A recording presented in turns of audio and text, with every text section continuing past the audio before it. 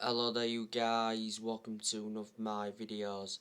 Manchester United are looking for a new manager. The current position of the Man United board is to replace Ole Gunnar Solskjaer. Now there's a lot of managers on Manchester United's short list. Now Erik ten Hag has been mentioned. I think Erik ten Hag would do well if he came to Manchester United. You've got to admire the work he's done at Ajax. Zinedine Zidane, he's also been spoken about. Zinedine Zidane is managerless. He left Real Madrid in the summer. I think if Zinedine Zidane came to Manchester United, he'd get us back to that level where we should be at. I think Zinedine Zidane would be capable of winning trophies, and he would suit the strappings of the club. Zidane has got a good pedigree behind him. Look at the amount of silverware he won when he was Real Madrid manager. Zinedine Zidane is a far superior manager to Solskjaer.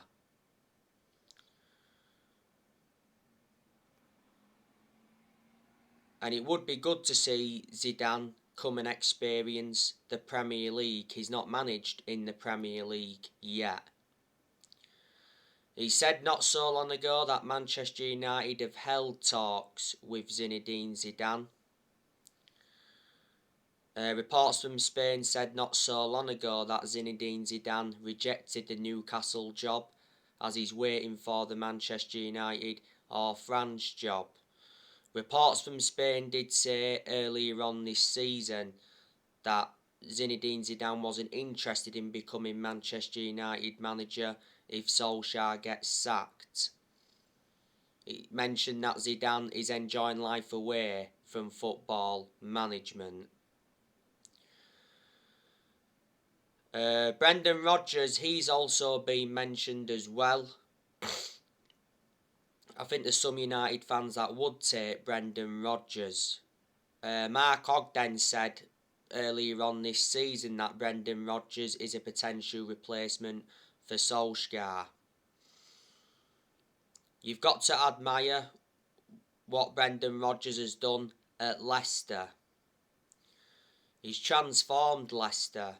Brendan Rodgers has been Leicester manager for almost 3 years. He's got a contract with Leicester until 2025.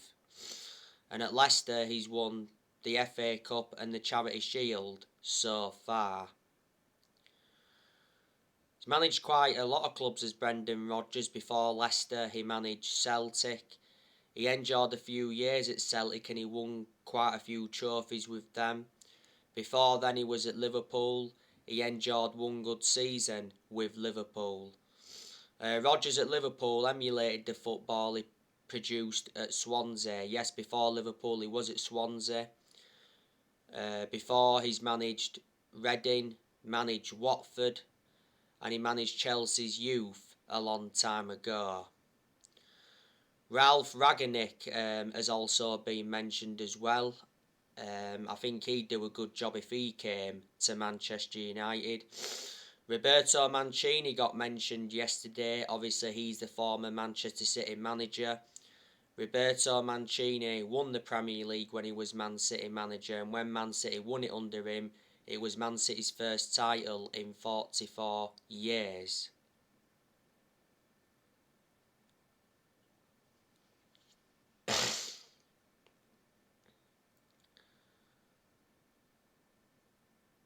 Mauricio Pochettino has also been mentioned as well. Pochettino is PSG's manager. Pochettino is highly rated by Sir Alex Ferguson. We tried to get Pochettino when he was managerless. Obviously, Pochettino held talks with the club. Don't forget Pochettino did endure a 5.5 year tenure with Tottenham. And analysing the vast majority of his tenure with Tottenham were competing in and out of the top four. And in 2018, Pochettino guided Tottenham to their first ever Champions League final. Even though Pochettino hasn't really won out, I still think he is a good manager.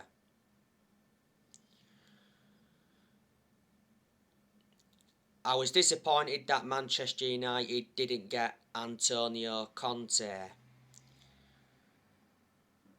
Obviously, Tottenham got Antonio Conte. But if Manchester United would have sacked Solskjaer after the 5-0 defeat to Liverpool, I think we would have got Antonio Conte. Now, in regards to Ole Gunnar Solskjaer, he is expected to be sacked as manager following Manchester United's 2-0 defeat to Man City. After the game, Solskjaer did admit that Man United were outclassed by Man City. And he also said the Manchester City defeat was a big step backwards. It was an abysmal performance by Manchester United against Man City. No intensity. Didn't really create anything. Defensively, we were shambolic. And that is unacceptable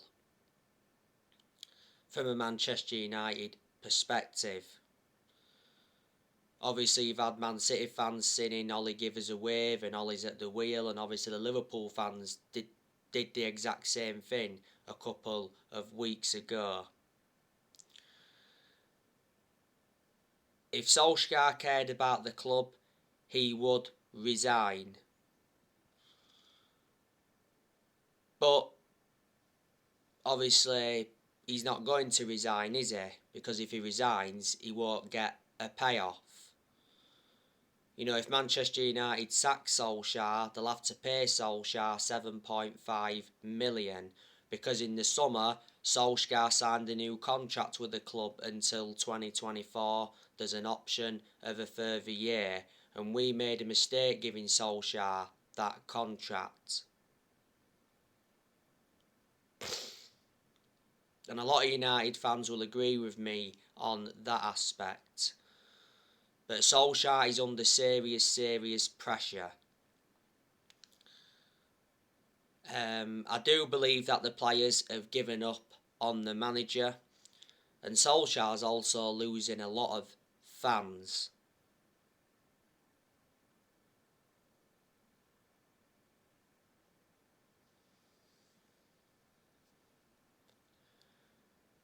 But obviously, after the 5-0 defeat to Liverpool, it said Ole Gunnar Solskjaer had been given 3 games to save his job. And we only won 1 of them 3 games. Obviously, we beat Tottenham 3-0 last weekend. But we beat a very poor Tottenham side. Obviously, when Tottenham lost to us 3-0, they sacked Nuno Santo. Obviously, we drew with Atalanta 2-2 in the Champions League. Ronaldo saved us in that game because Ronaldo scored twice in stoppage time at the end of both halves.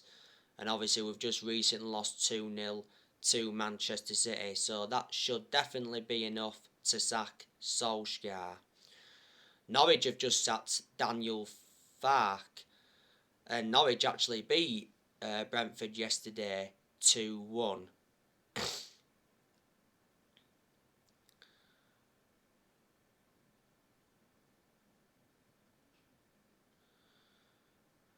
Solskjaer has been given long enough now. He's been in charge of Manchester United for almost 3 years. And this season is Solskjaer's 3rd full season as Man United manager. And I did mention at the start of this season that this season was going to be massive for Solskjaer, because I said he's got big expectations to exceed. But the expectations are far too high for Solskjaer to exceed as Man United manager, and Solskjaer's in a position that he shouldn't be in. And he's lowered the standards at the club as manager. I hate to say this regarding Solskjaer, but I'm just being realistic. Of course, all Manchester United fans want Solskjaer to succeed as Man United manager, but obviously he's not going to. Solskjaer's not capable of winning trophies as manager of Manchester United. He's not yet won a trophy as Man United manager, and Man United have not won a trophy since 2017. That's nowhere near good enough to our standards. But I adore Solskjaer a lot, reflecting on what he's done for the club. At the end of the day, Solskjaer is a club legend. He endured 11 years as a player for Man United. He flourished under Sir Alex Ferguson's guidance. And Solskjaer did have a proven pedigree as a player. But unfortunately,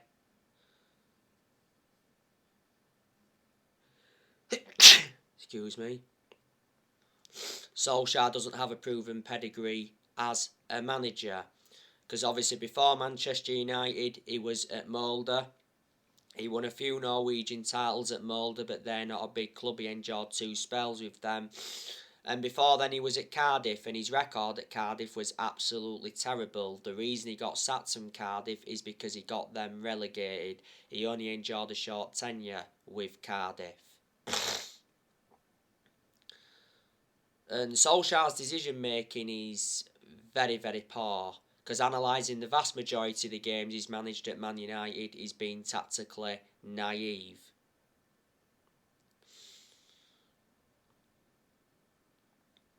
But reflecting on the poor performances and poor results, not all of the blame stems from Solskjaer.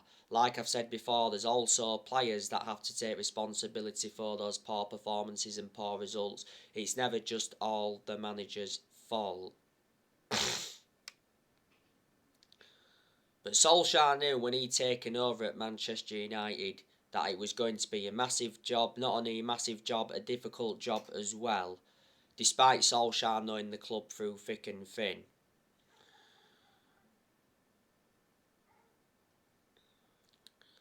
Solskjaer got appointed in December 2018 to replace Mourinho. He's been permanent Manchester United manager since March 2019.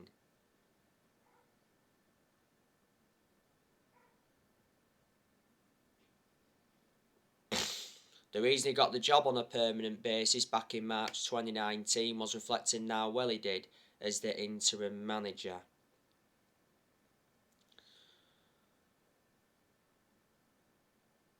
But Solskjaer, he's done the best he can, to his credit, but I've just got to be honest and say, he's not good enough, and he cannot take this team any further now. Don't get me wrong, there is positives regarding Ole, like I've mentioned before. I think in certain aspects, he has brought consistency back. Some progress has been made under Solskjaer, because don't forget, in his first full season, he got us to 3 semi-finals. And then in his second full season, he got us to the EFL semi-final, got us to the quarter-finals of the FA Cup, and last season he got us to the Europa League final. And that was his first major final as Man United manager, but unfortunately, we didn't win it. And also, he got us a second place finish last season and a third place finish in his first full season, so there you go. Like I said before though, what Solskjaer produced in his first full season, in his second full season, he was looking to build on that this season. I like the way Solskjaer develops the youth as well. Solskjaer has made good signings as Manchester United manager. So far, Solskjaer signed 14 players. And we've spent over £400 million under the Solskjaer era. Solskjaer's endured like 5 transfer windows as permanent Manchester United manager. Solskjaer's also got rid of a lot of players since he's come in, which he knew he had to do. He's loaned players out. He's also got rid of a lot of players permanently, which he knew he had to do.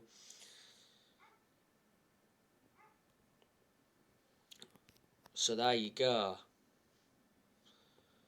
But Solskjaer ran out of excuses a while ago, because Man United enjoyed a very good summer transfer window this year. Spent around 141 million, brought 4 signings in, brought Heaton in on a free from Villa, brought Sancho in from Dortmund, brought Varane in from Real Madrid, and Man United re-signed Cristiano Ronaldo after 12 years, plus Solskjaer received very strong backing from the board. And Man United have got a very good squad. It is a title winning squad, so in reality Man United should be winning the Premier League this season. But the problem is Manchester United are a team of individuals. They don't actually play as a team. That's one of the biggest problems. You've got the likes of City, Liverpool and Chelsea and all of that all play as a team, and that explains why they're in a much better position than Manchester United at this moment in time.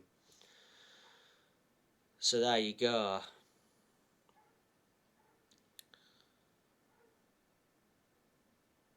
When Solskjaer gets sacked, he will be the 4th permanent manager to be sacked since Ferguson, because Man United have already sacked 3 managers since Ferguson. Sacked Moyes, sacked Van Gaal and sacked Jose Mourinho.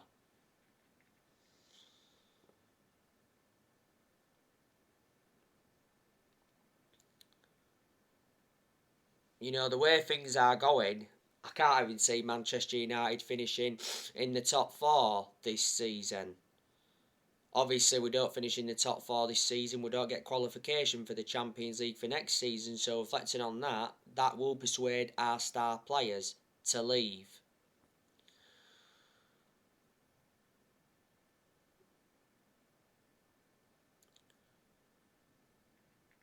Manchester United are going to offload players next year. I think next year Martial's definitely going. I think Mata's going. I think Lingard's going. I think Cavani's going, unfortunately. I can't say I want Cavani to leave though, with the impact he's made since he's come in. I think Van der Beek's leaving next year because Van der Beek is not getting enough game time at Man United. Van der Beek though did recently come on in the 2-0 defeat to Man City and made an impact. He came on in the 2-2 draw against Atalanta and made an impact. So that just proves how much of a good player he is. I think Matic could be going next year. Looks like Paul Pogba's leaving Manchester United next summer on a free, because Pogba's already mentioned that he wants out and Pogba's refused to sign a new contract. Mark Ogden said earlier on this season that Man United are prepared to let Paul Pogba leave on a free transfer next summer after accepting that the midfielder will not sign a contract. Well, it said contract talks got put on hold when Pogba snubbed Solskjaer after the 5-0 defeat to Liverpool. Pogba's obviously got 1 game to serve now out of the 3-match ban he got. Pogba did play in the 2-2 draw against Atalanta, and I thought he was absolutely poor in that game. He made a lot of errors and he was just sloppy, and reflecting on that, Pogba got heavily criticised. I think Telles is going next year as well. I think Jones and Bailly, they're both going next year. I think Dalot's going next year. And I think Dean Henderson will go out on loan, because obviously Dean Henderson doesn't get his opportunities because De Gea reclaimed the number 1 spot back.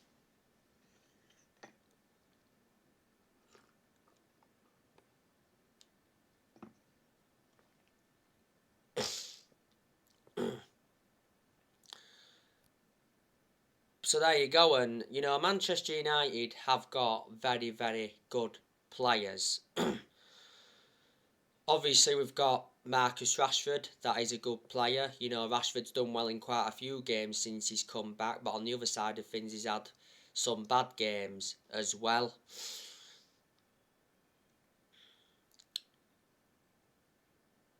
And you've got Mason Greenwood, that's another good player. Greenwood obviously played alongside Ronaldo yesterday. I don't think that partnership works out. I think the Cavani and Ronaldo partnership works out, but the Greenwood and Ronaldo partnership doesn't work out. Obviously, we've got the best player in the world overall in Cristiano Ronaldo. Obviously, Ronaldo played in the 2-0 defeat to Man City yesterday. He had 2 good chances in the game. His first chance came from a volley, produced a good save from Edison, and his second chance produced a good save from Edison, but Ronaldo was offside anyway. But in the game against City, Ronaldo was anonymous because he hardly got any service. Recently, Ronaldo got named Manchester United's Player of the Month for October. Ronaldo's now got back-to-back awards because he got named Premier League Player of the Month back in September. And like I mentioned earlier, Ronaldo saved Man United in the 2-2 draw against Atalanta. Ronaldo also scored the winner in the reverse fixture against Atalanta at Old Trafford. He scored the winner against Villarreal earlier on this season, and Ronaldo scored a very good volley against Tottenham last weekend. Manchester United have got to stop relying on Ronaldo all the time. Ronaldo is becoming infuriated, by the way, with Manchester United. Is he regretting resigning for the club? Should Ronaldo have gone to Man City? That's what he may be thinking now. Ronaldo, though, has 9 goals in all competitions so far since he re-signed for Man United. And you've got Sancho, that's a good player, but he hasn't enjoyed the best of starts to his Manchester United career. And obviously fans have been getting on his back. But like I said, I think Solskjaer is to blame for Sancho's poor performances, because when Solskjaer decides to play Sancho, he persistently plays him out of position. He puts him on the left wing. And yes, he can play on the left wing, but Sancho's far superior on the right wing, because the right wing is Sancho's predominant position. Sancho can also play centrally. I said Sancho will do well at Man United, providing that Solskjaer uses him correctly. It does take some players time to settle in. There's quite a few games so that Sancho doesn't even play in. Obviously, you've got Cavani, that's a good player as well. Like I said, it looks like Cavani's leaving Manchester United next year. Cavani's actually out at the moment. He said due to medical reasons, so obviously Cavani didn't play against Manchester City. Cavani didn't start against Atalanta in midweek, but he came on and he played very well in the 3-0 win against Tottenham last weekend. Cavani scored a very good goal. It was a lovely dink over Hugo Lloris. He had a very good headed chance in the first half against Tottenham. Should have scored that. It just went past the post. Cavani's got under a year left on his Manchester United contract.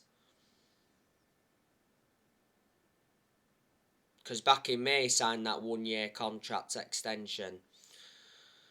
This is Cavani's second full season, I think, at Man United. We got him on a free transfer, didn't we? Cavani has got a good pedigree behind him. Look at the amount of silverware he won when he was at PSG. Not only that, he was a long-serving player at PSG as well. Bruno Fernandes, he's also very, very good as well. But I thought he was very, very poor in the 2-0 defeat to Man City yesterday. He looked very sloppy. He looked lost for ideas, and he gave the ball away quite a few times. And there has been quite a few games where Bruno Fernandes has looked off the pace. Fernandes, though, does start the vast majority of Manchester United's games. Don't get me wrong, he's been consistent in a lot of games for Man United, but he's had his poor games as well. Fernandes played well in the 2-2 draw against Atalanta. Fernandes got an assist in that game for Ronaldo's first goal. It was a lovely back heel from Fernandes. Fernandes played well in the 3-0 win against Tottenham last weekend. Fernandes played a part in 2 goals against Tottenham. Obviously, you've got Donny van de Beek, that's good, but like I said, I haven't really had much of a perception on him at Man United because he doesn't get enough game time. And obviously, you've got Paul Pogba, that is a good player. Not only a good player, he's an imperative player. I said I want Paul Pogba to stay at Man United, but obviously, it looks like he's not going to.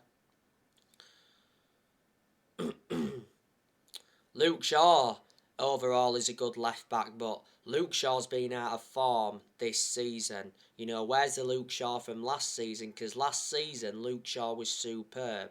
He was far superior last season to how he has been so far this season.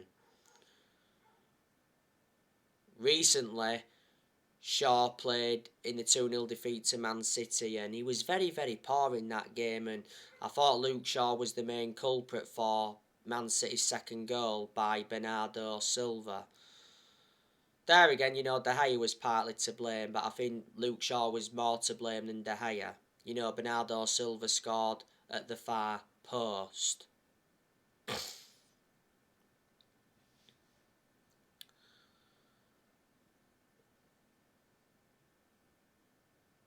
I think the best game Luke Shaw's had this season was the game against Tottenham last weekend, even though Luke Shaw got booked in that game. By the way, Luke Shaw's out with injury now because he came off injured yesterday. He got replaced by Alex Telles. You know, Shaw has been our first choice left back for a while, and he still remains our first choice left back despite the arrival of Telles. Shaw's been at Manchester United for like 7.5 years now, so he's been a long-serving player. You know, I think Telles is a good left back, but Telles doesn't really get in the team, does he? Like I said, Telles will only play when Luke Shaw's not available. Like I said, Telles came on yesterday against City, and Telles could have conceded a penalty. It was the right decision, though, not to give a penalty because Telles just got the ball. The reason we brought Telles in, though, was to provide competition for Shaw. Telles was out with injury earlier on this season. We got Telles for 15.4 million from Porto last year. And you've got Wan-Bissaka, that's a good right back overall. He was poor against Man City yesterday. It's a shame, really, because in recent weeks, you know, he was in scintillating form. I thought Bissaka could have put a good performance out in the 2-2 draw against Atalanta. And he also put a good performance out last weekend against Tottenham. But there's aspects of his game that I've got to improve. He's got to get forward more. His positioning's got to improve. I'd say his crossing's got to improve a bit more. So there you go. But defensively, I'd say he's always been good. This season is Wan-Bissaka's third full season at Man United. Got him 50 million from Palace back in the summer of 2019.